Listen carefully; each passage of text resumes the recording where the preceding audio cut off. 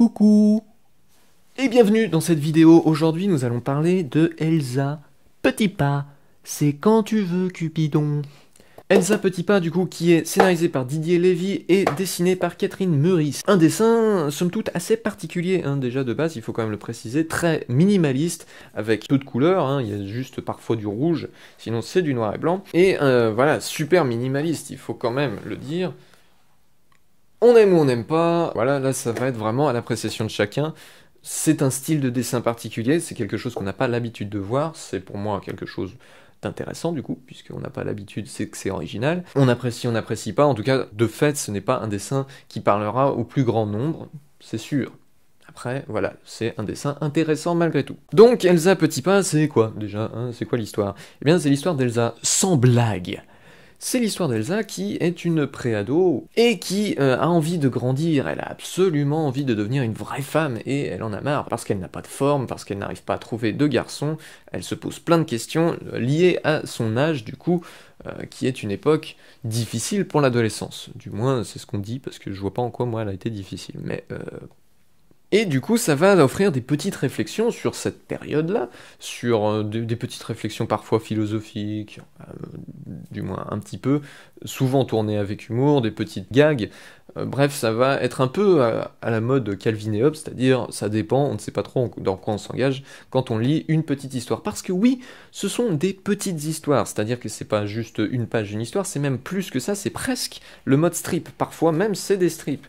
Ça va souvent être en trois cases, et parfois c'est une page entière qui va être une case entière, parfois il n'y a que 2 cases, alors une page à 3 cases, enfin bref, voilà, on a compris, c'est des très courtes histoires, donc un format qui favorise évidemment l'humour, c'est très particulier Elsa Petit Pas, ça parle ou ça parle pas, c'est exactement comme son dessin, c'est de l'humour ironique assez souvent, beaucoup d'autodérision, parfois de l'absurde, on met en évidence des paradoxes qu'il peut y avoir chez l'être humain, chez l'adolescent, etc.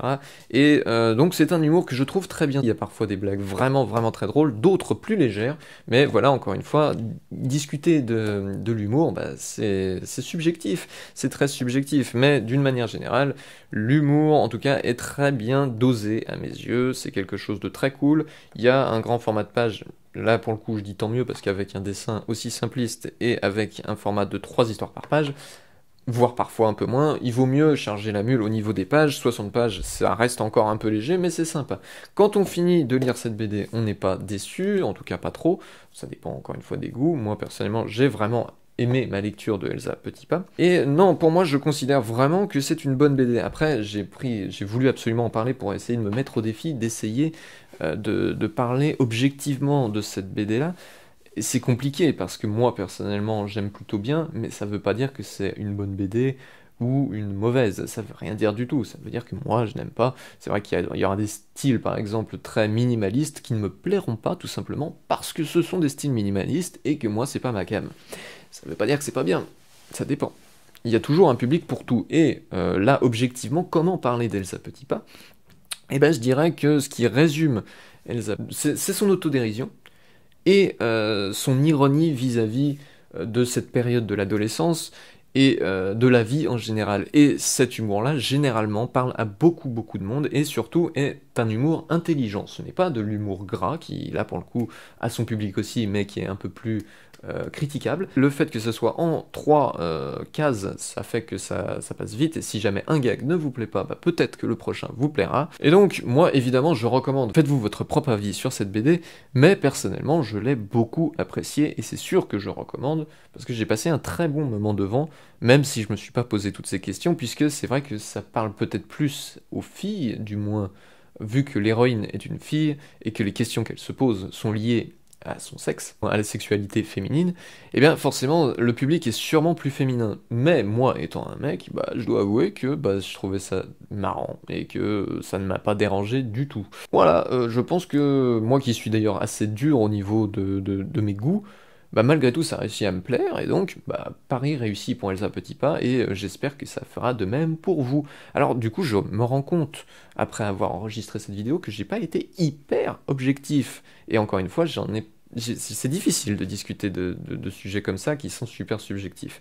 Déjà de base, c'est subjectif de parler d'une œuvre comme un film ou une BD, mais à la limite, on peut se raccrocher à des canons, à des trucs qui sont plus souvent faits ou à un style de narration. La BD, à la limite, c'est vrai qu'il y a un scénario, un dessin, un découpage, il y a quand même des choses à raconter, et même si le tout est subjectif, ça n'empêche que si le tout est mauvais, ou du moins pas terrible, ou si, des fois ça peut être même très mauvais, c'est sûr. J'en parle pas beaucoup de BD comme ça parce que j'en lis pas beaucoup forcément, mais ça peut arriver d'avoir de très mauvaises BD. Bah si, on a parlé de Cluedo par exemple. Cluedo, là pour le coup, c'est une mauvaise BD, très clairement. Donc du coup, ouais, c'est plus facile d'en parler, mais là c'est vrai que bon, comme tout est subjectif, le scénario, l'humour, le dessin, difficile, mais moi personnellement j'ai aimé, en tout cas c'est sûr, et ce que je trouve bien là-dedans, c'est que l'humour est parfois doux, parfois assez tendre, mais qu'en même temps il y a une grande dose d'autodérision, et parfois justement ça va contraster avec ce côté assez acide ou assez tranchant que peut avoir Elsa Petitpas, qui a un très fort caractère. J'espère avoir pu en parler bien, je sais pas, vous me direz ça dans les commentaires, on verra. Et puis je vous donne rendez-vous pour la prochaine vidéo les amis, bah ouais quand même, salut.